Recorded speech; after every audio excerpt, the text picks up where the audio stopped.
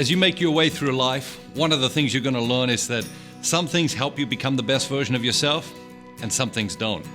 Prayer is one of the things that helps. Prayer may sound boring to you, but I can assure you, if you feel that way, you've never really experienced prayer. As a human being, you're a delicate composition of body and soul. You're not just a body. You have a soul, and throughout your life, you will decide to fill your soul with something. The question is, what are you going to fill your soul with? God or the world? Joy or misery? Peace or turmoil? Once again, you get to decide. The world denies your spiritual self and treats you as if you are just a body. I want you to rebel against that lie.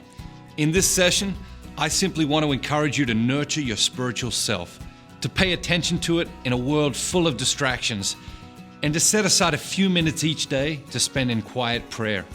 I want to convince you to feed your soul.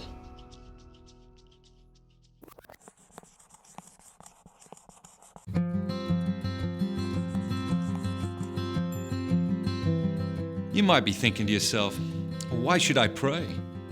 The answer is actually very simple. Because you want to be happy. If there is a God, and there is, and if He has a plan for your life, and He does, then trying to find happiness outside of that plan is impossible. Discovering God's beautiful plan for your life is essential to your happiness and should be your highest priority. I know. You have lots of other priorities in your life at the moment, but the day will come when you will realize that everything you thought was important is second to discovering God's plan for your life. The sooner that day comes, the better your life will be. You will never be happy doing something other than God's will. Never.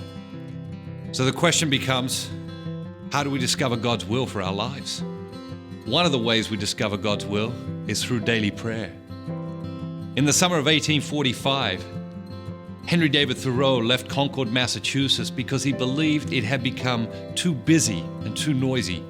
He went out to the woods, he built himself a little hut on Walden Pond and began a 2-year experiment in living a simple life. During this time, there in the woods, he wrote these words. I went to the woods because I wanted to live life deliberately. I wanted to live deep and suck out all the marrow of life, to put to rout all that is not life, and not, when I came to die, discover that I had not lived. In some ways, I go to prayer for the same reasons Thoreau went to the woods. I pray because I want to live life deliberately. I pray because I want to live deeply and suck out all the marrow of life. I pray because I want to work out what matters most and what matters least and spend my life on the things that matter most. I pray because I don't want to come to the end of my life and discover that I've not really lived. I've tried life without prayer, and I've found that life without prayer it's unbearable. Without prayer, life doesn't make sense. I don't know how people live without prayer. I really don't. I just don't know how people live without prayer. I don't know how you could remain sane in this crazy, noisy, busy world without prayer. Living without prayer is like choosing to be blind and lame and deaf and dumb. But I didn't always feel that way. It all changed for me. Yeah, it all changed for me when I was about 15 years old.